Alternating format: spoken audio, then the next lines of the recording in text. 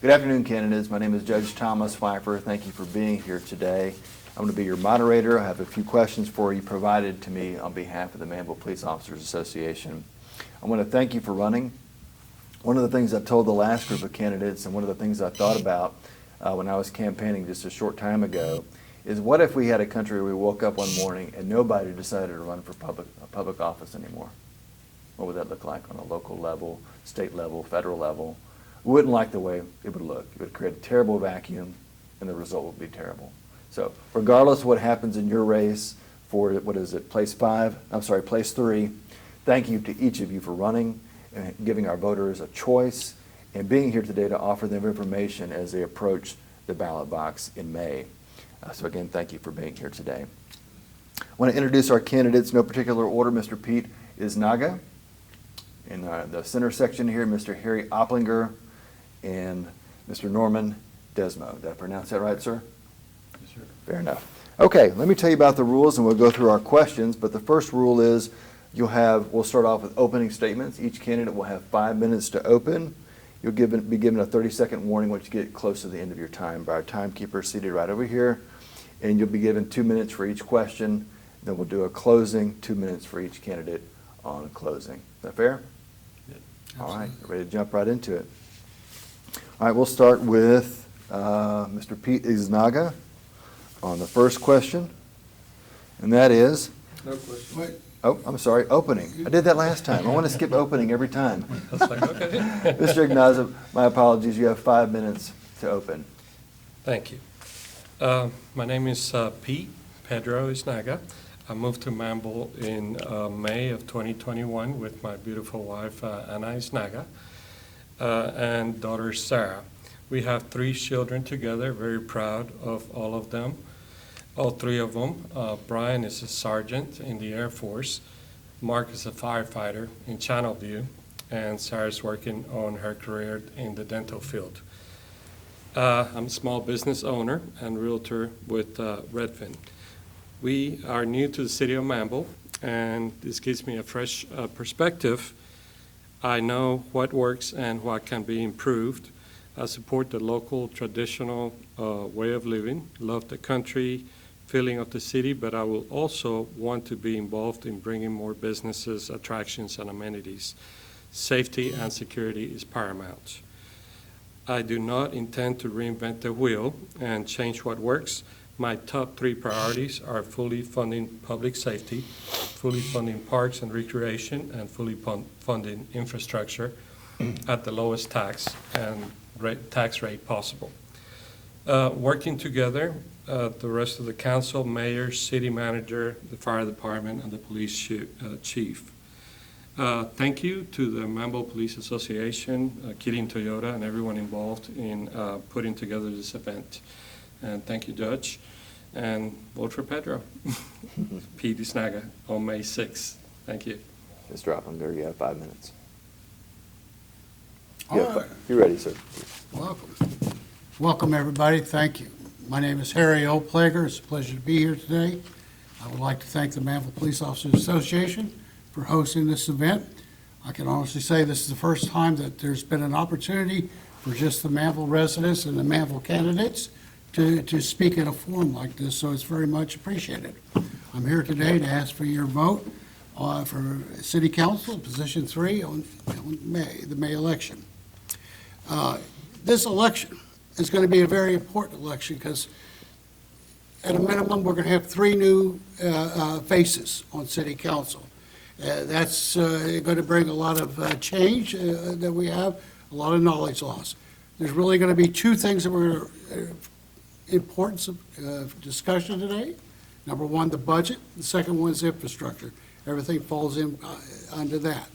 Let me start with the budget. You're going to hear a lot about no new revenue, keep the current tax rate, heaven forbid, raise the taxes, right? So that's a challenge. But allow me to stop there for a moment and talk about this. Let me paint this picture. Manvel, the council, will have 2.5 months to get familiar with the current budget. We need to gain an understanding of what the budget is, where we're at. Are we on track? Do we have a surplus? Are we running a deficit? We have to understand exactly where the budget is. Then we have to analyze the proposed budget.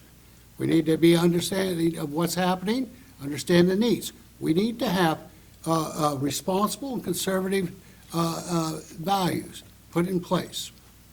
Once elected, I will meet with the city manager. I'll ask the hard questions.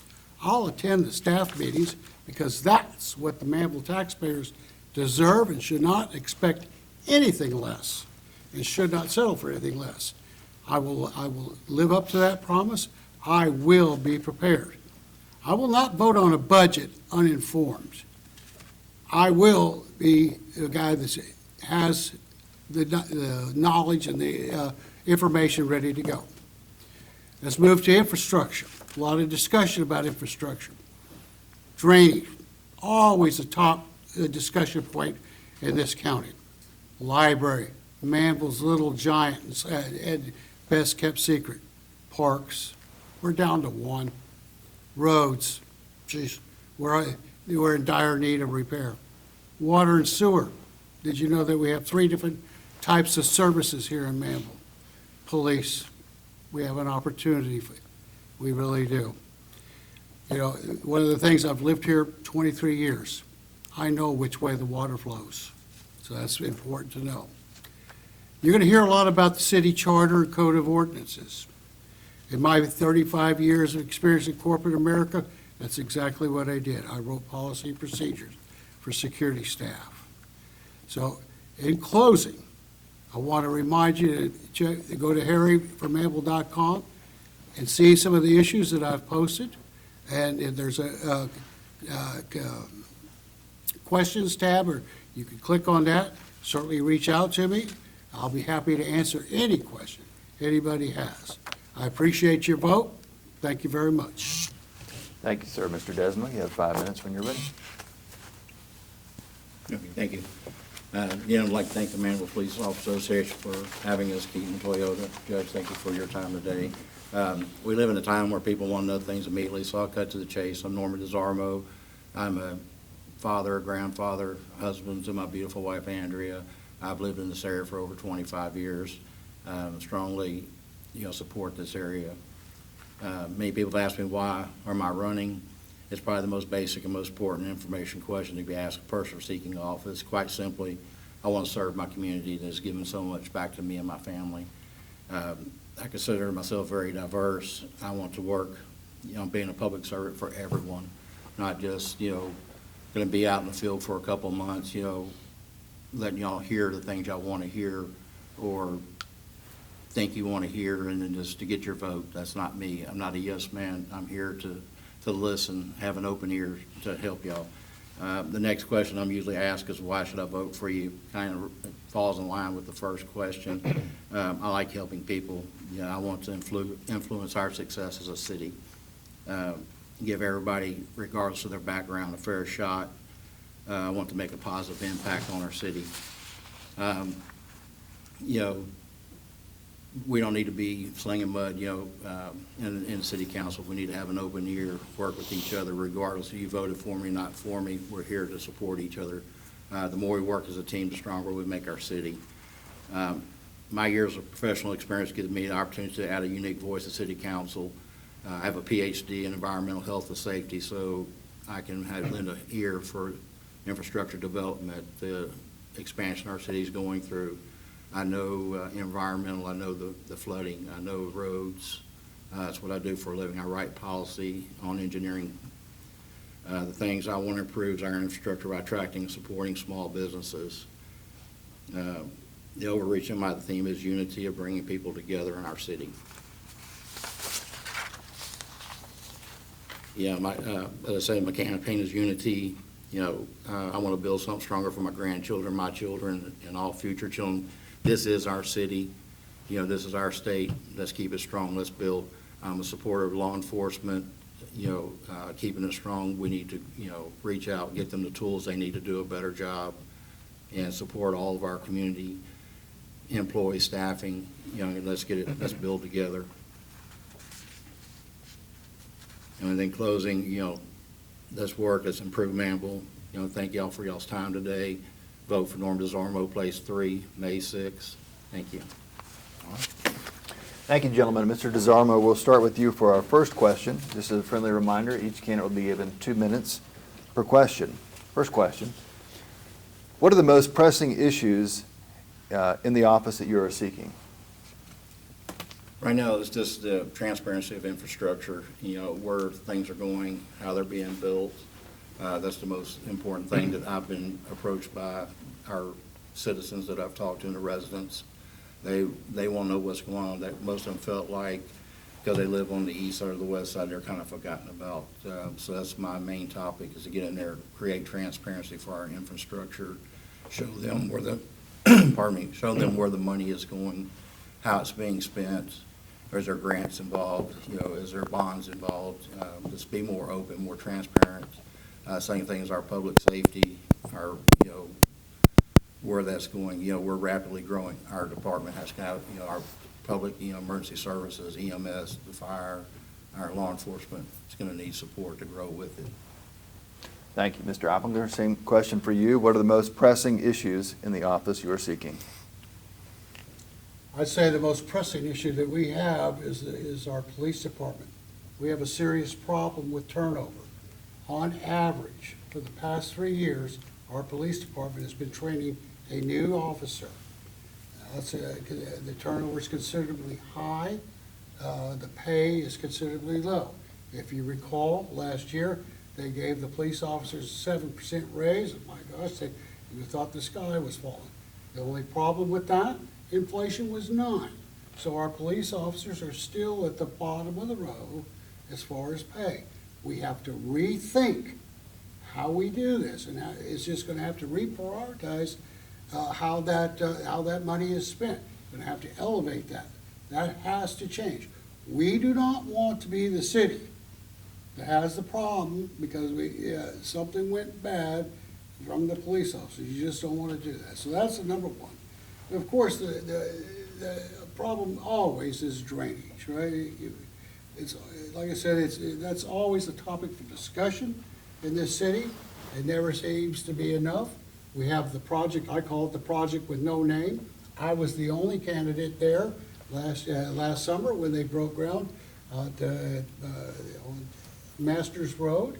It's going to be a gigantic problem. It's going to help relieve a lot of the pressure. We shouldn't flood like they did at Hurricane Harvey, but that's a huge, huge problem. So that's as far as I see it. So your 2 top things, the police and drainage. Thank you. Mr. Ignazo, whenever you're ready. So I agree mostly with what he says, and I said in my opening statement, the funding the police is a big thing for me. They're underfunded by more than 30%. We need to pay our officers, and they need the benefits that they deserve. They're the hardest working people, not the hardest working people, but they are, there for us when we call 911. Guess who shows up? How do they get paid? Do they get paid enough? We need to ask those questions, and the turnover is a big thing. Absolutely. We don't want them going to other departments. We want them to build a life here in our city and stay here. And we need to hire more police officers for the new neighborhoods coming up. And we need to look at the budget, see how we're going to do that. Whatever it takes, it needs to get done. Then also the infrastructure, the roads, are a big problem in some places, as you all know. And new roads need to be built and improved. So that's the main 2 things right there. All right. For our next question, we'll start with Mr. Opplinger. And the question is, what are the biggest needs of the police department, and what would you do to fulfill those needs? Well, clearly, I just said that the biggest need is pay, right? We're going to have to rethink in the budgeting session, rethink how we can give those police officers more money. Then you have to think, what can we do to elevate the knowledge and the skill set? We're all drawing from the same pool of policemen. They go to the academy.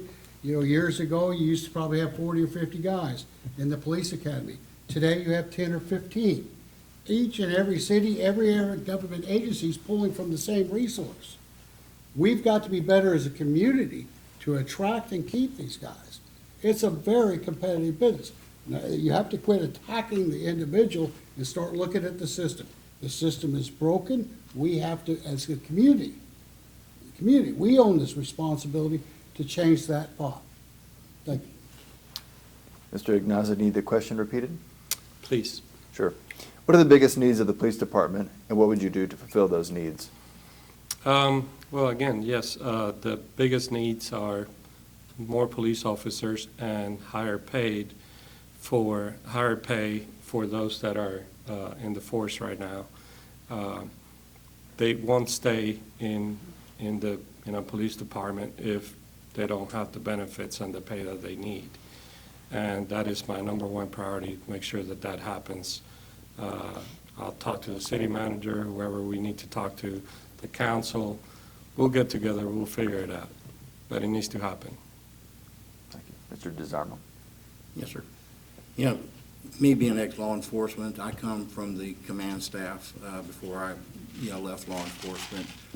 Very knowledgeable of going out, finding grants for, federal grants that are non-paid grants to support the growth of a law enforcement community and the police department. I'd have that knowledge to go out, get the grants, get the money for training, for hiring, for equipment. That is one of our biggest concerns with our rapid growth, is to support our police department. I know how their system works, from coming from a command staff in a police department, how to go out and get those funds, how to get the proper training for the guys, how to get the equipment they need. The first thing I do is go meet with the chief, the city manager. Let's talk about what their needs are. Let's look at the projection of what we think our growth is going to be over the next 3 years. Let's plan ahead. Let's plan for 6 years. Let's go out and get the staff. Let's get them trained. Let's get them in there. Let's get their pay up. Let's get their benefits where they need to be. Let's get them education, pay for their certificates. There's a lot of incentives to pull quality law enforcement into our community and keep them. Thank you. All right, Mr. Ignaza. It's not. Iznaga, thank you. We'll let you lead off with this next question. If you received a $1 million grant with no strings or stipulations attached for the city of Manvel, what would you do with it and why?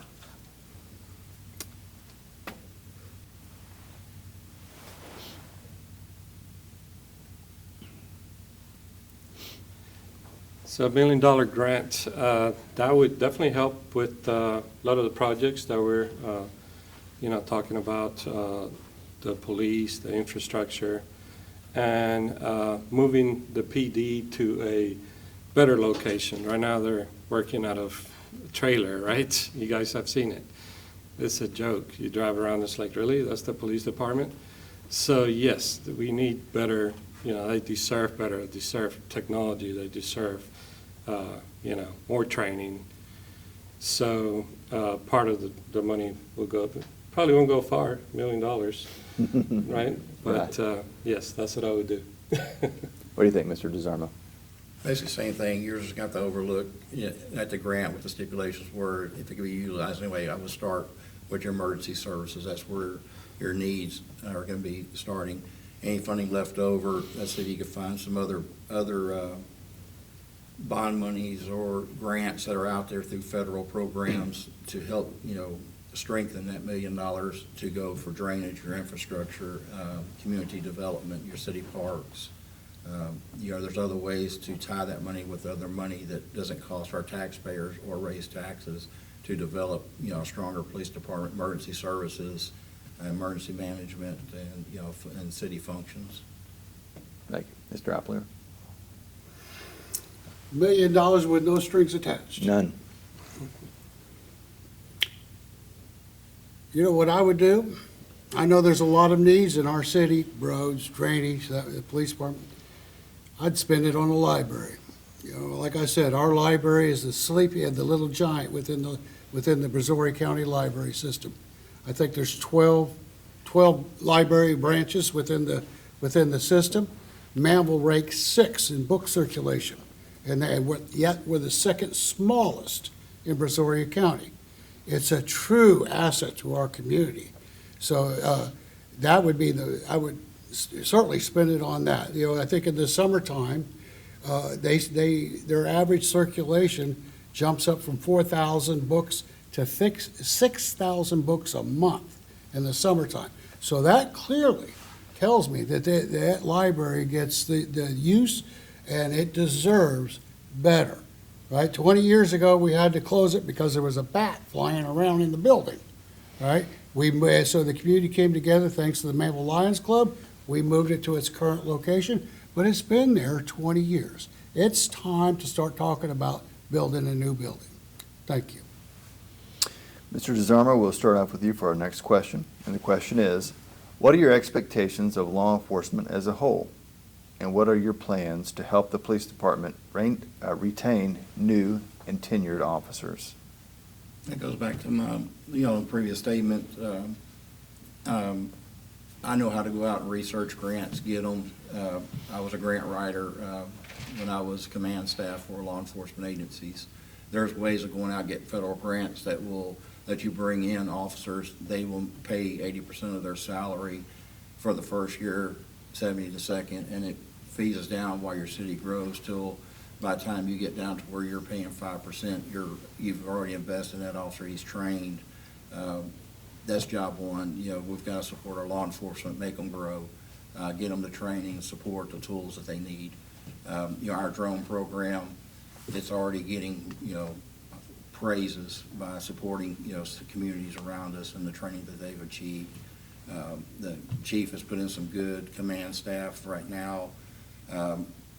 He's got a good head on his shoulders. He's thinking ahead for this growth. He's putting his frontline supervisors through the proper training, getting ready for that growth. I think he's doing a wonderful job. We just need to back him up and support him. All right. Again, the question is, what are your expectations of law enforcement as a whole, and what are your plans to help the police department retain new and tenured officers? Mr. Ignaza. So, again, it goes back to training and the pay. Sound like a broken record, but that's what it comes down to retain these officers. We need to pay them more. Okay. And the police department cannot be underfunded, so we need to make sure that those resources are there. The city manager, I will be working with him and the council and, make sure that that happens. So, thank you. Yeah. Mr. Oppinger. Thank you. The police departments, right here, their mission is to protect and serve. And over the last few years, everybody's seen what's happening with the police department. There's a true challenge within that. That's why I say we have to rethink as a community how our police departments do that. Many times, a police officer, they're trained at that level of service of police, but many times they're called out to become, they have to be a mental health expert on the scene right then. We have to help them gain that knowledge. We don't want to be in the position of where the police officers, the only thing they do is where the people needed help with that, and they didn't have the skill set or the tools to be able to do that. To be able to quickly respond to a drug overdose, whatever. So there's many hats beyond the police department, what the police officer does. As a community, right, we have to come together and say, what does that look like? How do we help them get there? Because that's the expectation. When I pick up the phone and I have a family member in trouble, we have that expectation that when that police officer shows up, he has that skill set. As a society, as a community, we have to come together to help make that change. It's not there, it's nowhere in the country right now. Everybody wants change, but nobody really knows what it looks like. I'm ready to help facilitate that change. I want to take Manvel from a training center where our constant turnover to make them to where it's a place of destination where they say, I want to work there. Thank you. Our next question, the police department was found to be 18% below the 50th percentile range for surrounding market mediums during the city's recent salary survey. The city approved a 7% increase in salary across the board that benefited all employees except police personnel. After the conclusion of the salary survey, the police department is now, on average, 31% below the surrounding market median due to a 20% average increase in salary of other city police departments. The question is, what are your plans to bring the police department salaries range into the 50 to 75% percentile range in order to remain competitive? Mr. Opplinger, we'll start with you. Thank you. I'll tell you, the first thing I'm going to do once elected, I'm going to sit down with the city manager. I want to get a better understanding of why we're doing finish mowing on Highway 6. That's something that could be outsourced and contracted out to start saving money. You have to start looking at where you're at and where can we start pulling money from different areas, because we all pull from the same pot of gold. All right, there's got to find a way. We're going to have to start saving money. So I think the first thing I'm going to do is start looking at our community services. Why are we doing finish mowing on Highway 6 on state easement that we don't own? That's not our land. We need to put that money that we're spending on cutting grass and start paying the police officers. It's crazy. So that's the first thing I'm going to do. And then we'll just have to start, once we sit down and identify what type of budget we're going to have, especially there's a lot of talk about having a budget with no new revenue. Okay, that's a great idea. Anything's possible, but we have to rethink how we do it. I worked in the oil industry where every 5 years we are reinventing ourselves because you have to save money. So I'm going to bring that skill set of my experience from working in the oil industry, learning how to save money, optimize what we do, and incorporate good capital stewardship, and we're going to take that money and start putting it where it belongs, and the police officers who protect and serve our community. Thank you. As a reminder, the call to the question was, what are your plans to bring the police department's salary into the 50 to 75% percentile range in order to remain competitive? Mr. DeZarmo. Yes. Pardon me. First thing I would do is look at the budget and look at all the expenditures for the equipment for, different monthly, quarterly, and annually expenditures that come out of the budget that go to emergency services or other communities. There is grants out there that you can get to cover your vehicle purchases, your equipment purchases. Take that money, roll it back into your salaries, increase the salary, increase the training of these officers. I was just researching the other day. I found 64 grants that are available right now that our city qualifies for, that are non-paid back, no obligation to the city grants that we can apply for, that we are well below their cap to qualify for these grants. It would be for purchasing vehicles, their uniforms, their tactical equipment, their training. Take that money, roll that into the budget to pay for your vehicles, your radars, and then take the surplus that was used, earmarked for that equipment, roll it back into their salaries. These are 5-6 year grants that repeat themselves. As our city grows, our budget's going to grow. Then we can sustain the salaries and keep them increased. The 31% that you mentioned is actually larger, because if you go outside that scope and look at some of the larger cities that are coming down here and recruiting our officers, that pull them outside of our jurisdiction, and the percentage is a lot higher. It's closer to 51%. So we need to really attack that, get it under control, maintain our officers. And like Mr. Harry said, we want to keep them here. We want them to call this home and say, this is where I want to be, this is where I want to retire from. Thank you. Mr. Ignaza.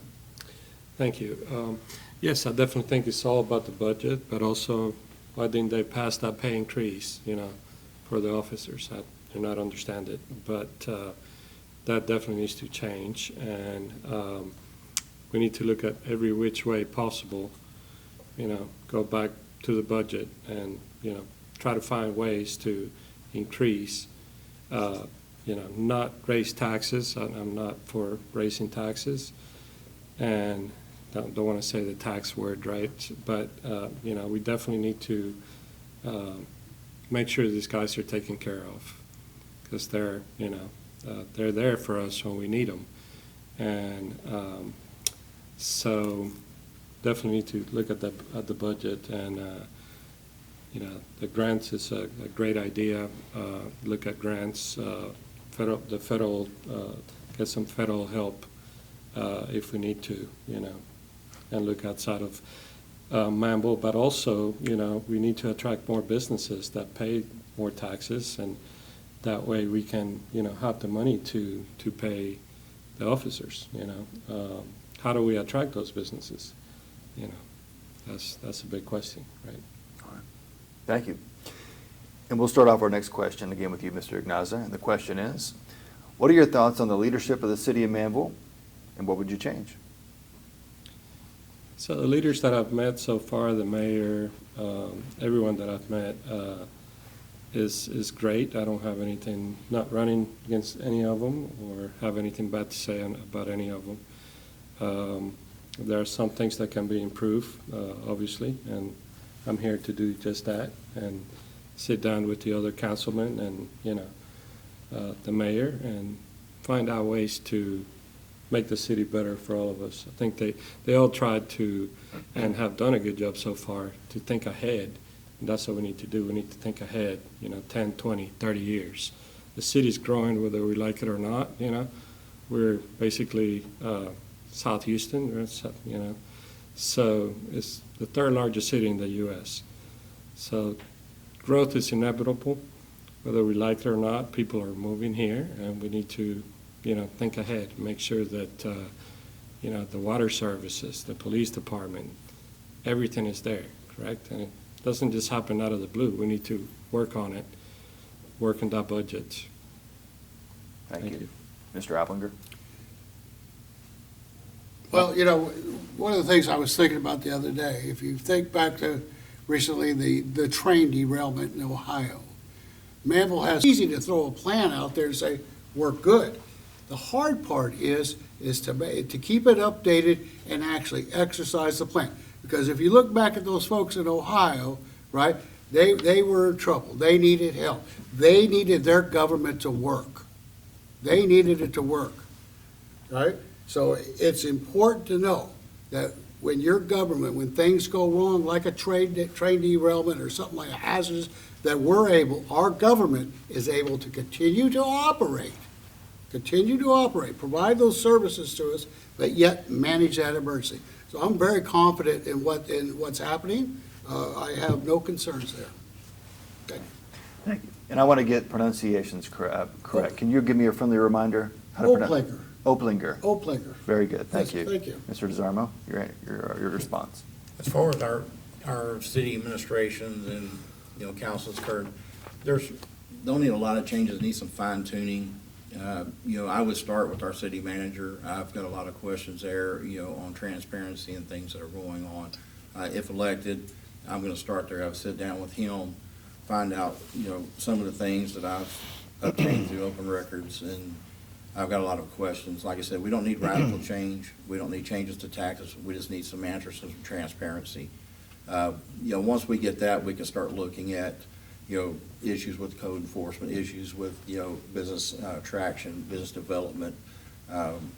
It's going to go all the way back, to starting from day one, start having meetings. Let's find out what their agenda is, where they're at. Let's get some transparency out to our residents and our voters, so that they don't feel left out. They know what's going on. As far as a whole, the city's going in the right direction. I think they're doing a really good job. The mayor pro tem is doing excellent in there. We just need, a good voice in there to back them up and get some transparency. And it all starts, like I said, with the city manager and working our way down. All right. Next question is to financial custodians of city taxation. What are your plans to minimize tax increases while maximizing the city services offered? And we'll start off with Mr. DeZarmo. That's going to be going back and looking at the budget, seeing where things are allocated as of right now, where they're going. I think we could streamline some of the things. Like I said, going back to getting some of these grants, looking at some of the wasteful spending. As he said, Mr. Harry said, we're paying for grass cutting that is obligated by the state to maintain. There's some of the drainage that also goes back, that's county owned, that we maintain, and we do. yes, we need to have an oversight to watch what they're doing so that we have an understanding for future development, for drainage, for economical, environmental studies, grass cutting, different functions within the city. We need to look at that as a whole to keep our tax base where it's at, or, you can raise it, but you can't really lower it. So if we can maintain where we're at, and, keep our city growing the way it's growing, and start streamlining things, and start putting the responsibilities back on the ownership of the person that should be doing it, and keep just gouging at them to keep on top of their responsibilities, I think we can help our tax base, still help grow our city, relook at some of these contracts, the way they were written or futurely written for some of these developments on how long is the return for our investment of these developments. And I think that would help our overall tax base. Thank you, sir. And again, the question is, what are your plans to minimize tax increases while maximizing the city services offered? Mr. Ignaza. So we need to maximize everything that we have in the budget. How do we do that? We work with the city manager. It all goes back to the city manager. He's the boss, right? And we can only do so much. So city council needs to make sure that we, work with the city manager. If it's not working out, then we need to find a new one. And whatever needs to be done on that. So we definitely don't want to raise taxes, especially after just getting over a pandemic. The economy, some people say it's not doing so well. So we need to stop cutting the grass, for other people, right? Yeah. All right, Mr. Oplinger. So when you read the city charter, the city manager is required to submit the proposed budget to council on August the 1st. Like I said, you have, once elected, I have 2.5 months to gain that understanding. Where are you at with the current budget?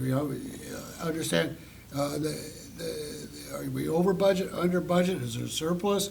Have they asked for too much money there and not enough there? So you have to get that understanding. Then we're going to talk about no new revenue versus the current tax rate, right? Because there's going to be, we have more people moving here, there's more money coming in, right? So you can look at that no new revenue, but you have to rethink how are you going to provide the services that we need to provide.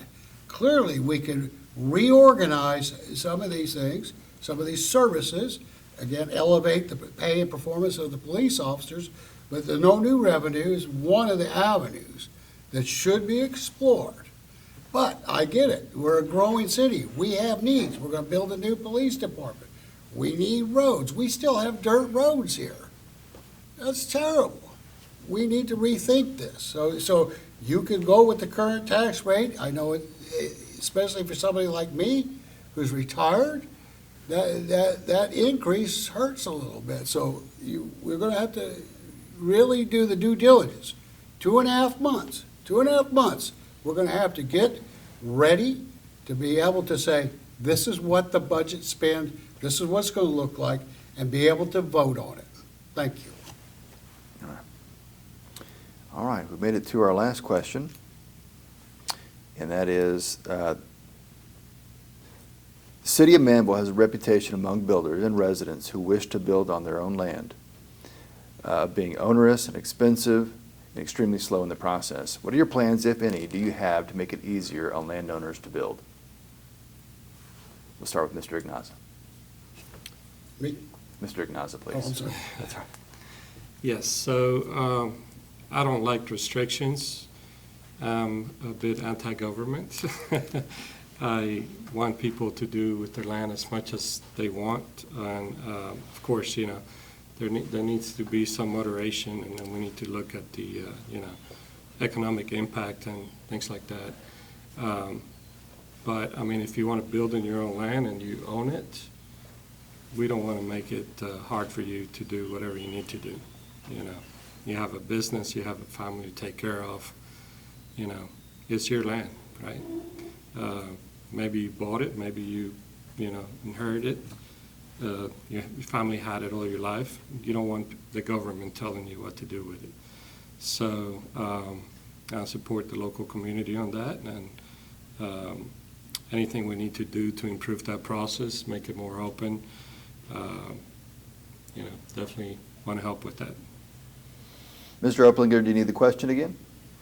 No, I'm sorry, my hearing aid battery's just died, so if I start talking loud, I apologize. Do you need the question again? No, one more time, please. Sure. The city of Manvel has a reputation among builders and residents who wish to build on their own land as being onerous and expensive and slow in the process. What plans, if any, do you have to make it easier on landowners to build? There's been a lot of hard work over the years by Manvel residents, volunteers who helped develop the Code of Ordinances. As with any procedure, when it's written, it's good, but times change, things change. You have to keep keep that idea open to revisiting those procedures, because nothing can truly stand the test of time. I've read the ordinances. If somebody has a problem with the ordinance, I'll sit down and talk to you. I'll read it. We'll work together to see what the problem is. I'm not sure what all the different problems are, but if it's in the Code of Ordinances, if it doesn't make sense, which is very possible, we'll work to change that. You have to have an open eye. The first thing you have to do is read the ordinances, right? But as far as that, I think the hard work again is if you hear about a problem, let's take a step back, read the ordinance, what is really the problem? Let's dive into that and see if it's truly the written word, or is there a problem, right? It's because sometimes the landowner may not like the answer that they've been given, but that's the answer. Thank you. Mr. DeZarmo? Sure. Sometimes the federal government is overriding us on what we can approve the homeowner to do. In office, I will work, with the code enforcement. They definitely need more training to be able to understand and interpret some of the code that have been written, getting them updated, following some of the federal mandates put down by FEMA for the flood zones, the county, state levels. I have spent over 25 years in environmental studies working with state, federal, and local governments. So we need to revisit the Code of Ordinance, the Planning Department, the Permit Department, our inspection departments. Let's get them up to date, trained, so that we can move these processes along. If a homeowner wants to build his house, be his own self-contractor, let him pull his permits, let him, work in phases, follow the same codes as a general contractor would building it. Let him be responsible, bring in the plans, let's get them approved, let's look at the planning department, does it fit that area, does it fit the requirements set, if it's an HOA, are they involved? A lot of things we can get involved with our ordinance. Let's get more training. It goes back to building a better city, getting our people more involved, trained, so that they can read these laws, interpret it to the homeowner out on the street without, everybody getting on, pointing fingers at each other, slinging mud. That's, if we can educate our citizens, in a field level, then come to us, I think we'll build stronger back. But we definitely need to look at, so they understand where federal is overriding the state and making us do certain things with home building. Thank you. All right. And Mr. Ignaza? No, that's not right, is it? Where did I leave off on that? Who was were you the first responder? I was the first. You were the first responder? Yes, sir. Mr. Oblinger then? In a second. I'm sorry, you last on that question? Yes. Okay, then congratulations, we're at the end of the questions. Thank you, Judge. All right. Well, as stated earlier, each candidate has 2 minutes to close, and we'll start with Mr. DeZarmo, please. Again, I'd like to thank y'all for having us here today. It's been a good forum. I think you can see why all of us, we're in agreements on a lot of things, and I think that's what's going to bring unity. Is everybody keeping an open mind? Let's discuss. Let's meet in the middle. See where we need to work. The main thing is let's build this city better. Let's make it stronger. Let's increase our law enforcement. Let's create better public safety. Create better drainage infrastructure. We can do all this and accomplish it by unity, working together. Whether you voted for us, not voted for us, we're here as public servants to help you, to listen to you. I will always be available, as I tell my guys, I'm available 24/7. If you got something you want to vent, come to me, let's listen, let's talk. I'll bring it to council. I'm going to go to the city manager. and find out where we're at on this. As I said, budgets are coming up, they're coming up fast. We need to get in there right now, get our foot in the door, what's going on with it, who submitted what, what is this money allocated, where is it going, what grants do we have coming in? Work hard to be your person in council, not just another name on the board. Thank you all. Mr. Oakley? In my 23 years of living here at Manvel, I've had the opportunity to spar with the city, right? So there's nothing worse to be a citizen, to have an issue, to try to go to city council and it falls on deaf ears. It is so frustrating. It reaches the very top of the list when you do that. So what you want is a representative that's going to, A, understand what the issue is, and B, work with you, try to figure out what the problem is. There's nothing worse than that, to be left out, have that feeling of left alone.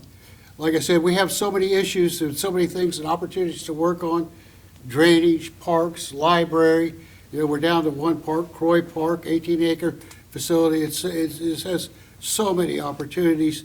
I believe that I'm the right candidate for the job. I have the time, I have the passion, I have the energy. So I would appreciate your vote, and take a look at my campaign webpage, harryformanville.com, again. And if you have a question or concern, please reach out to me. I'd love to talk to you. Thank you. Mr. Ignazio, will you close us out? Yes, sir. A pleasure. So again, I'd like to thank the Manvel Police Association, Kidding Toyota, all of you guys for being here and putting this event together. So yes, I want to be elected to serve. This is not a high-paying position. I'm here to listen to you guys. One thing in my 20-plus years of experience in sales that I've learned is to listen to you guys, to listen to people, right? That's what you want to do, listen. You have 2 ears and 1 mouth. You want to listen. So I'm here to listen to each of you, whoever has problems. My door's always open, my cell phone. You can PM me on Facebook. Whatever you need, I'm here to help you. So my vote depends on what you guys want. I want to listen to you and then work with the rest of the city council and make my best decision based on what all of you want. It's not about me. It's not about any of us. It's about the public and the city of Manvel. I think we all want the same for the city. We want the city on the rise to rise the right way.